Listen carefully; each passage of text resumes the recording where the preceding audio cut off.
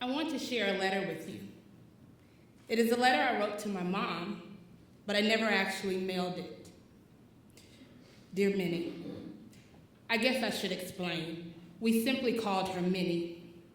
No, it was not an indication of our level of respect for her or the amount of love we had for her. It was just our thing.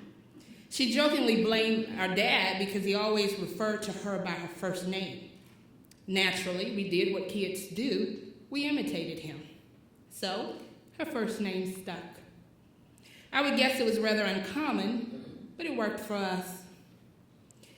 Dear Minnie, I miss you so much.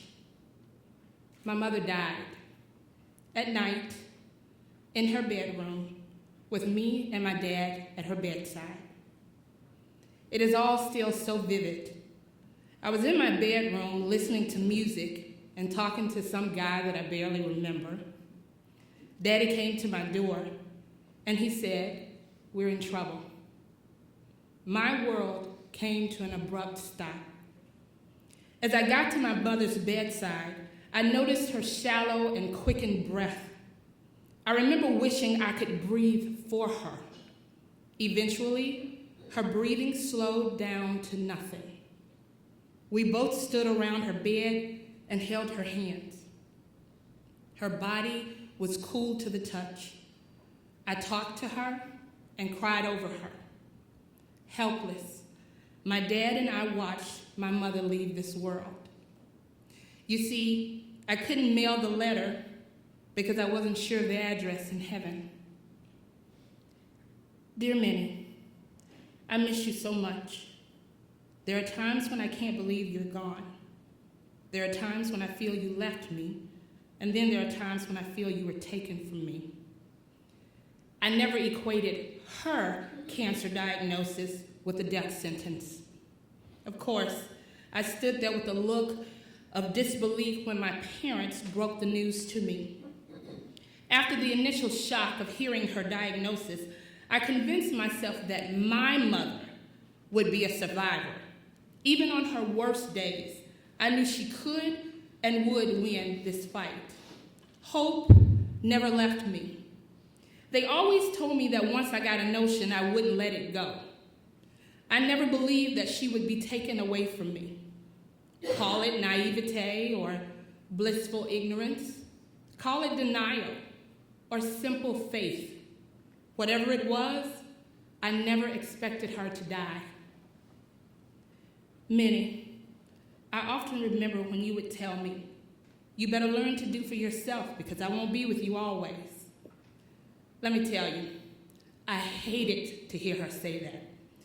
Whenever she would say that, I would sarcastically respond by asking her, where was she planning to go? Where was she planning to go if she wasn't going to be with me? As a youngish adult, I just never imagined my life, any event in my life with her not being there. I depended on her for so much. Seriously, I expected to go to her when I had a meltdown about my first visible gray hair. Not to mention meltdowns about marriage, motherhood, and even menopause. She was supposed to be there. But Minnie was preparing me for independence long before I realized that it was necessary. She knew, as mothers always do. Minnie, now that I'm forced to face the reality that you won't always be with me, not a day goes by that I don't cry. I know you always told me to pray, and I try to remember that. Y'all, what teenager wants to hear, "Just pray about it"? Oh my gosh, that was another one of those lessons I didn't want to hear. Listen, I'm sure all of you are aware of how every little thing in a teenager's life is totally major, right? You know what I wanted? I wanted her to tell me all of the answers to every situation that arose. I guess my mother didn't want to help me cheat on this exam we call life. Minnie knew that prayer would give me peace and perspective. I'm so grateful. But back to the letter. Everybody wants to tell me how to grieve, Minnie. They think they know what's best for me. Even I don't know what's best for me.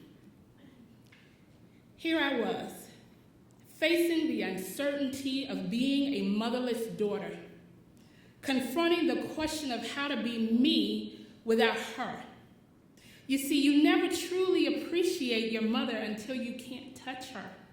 You can't hear her voice, and you can't seek her advice. You must work to find yourself outside of the shadows of her protective wings. On the night she died, chapter 1 of my grief story began. My grief story. Unique and difficult and ugly at times, but mine. I believe there is a purpose to our grief. And because there is a purpose to our grief, I have grown. It has taken a lot of thought, time, and tears. She was a wonderful teacher and an even better example. I am beyond grateful for who she was and for who I have become because of her. Minnie, even though I don't know what is going to happen next, I am absolutely sure that you are the strongest woman I've met in my entire life. You fought courageously, kept your head up, and journeyed on despite your trials. I truly understand what it means to admire someone. You are now and will always be my hero. Love always, your daughter, Angela.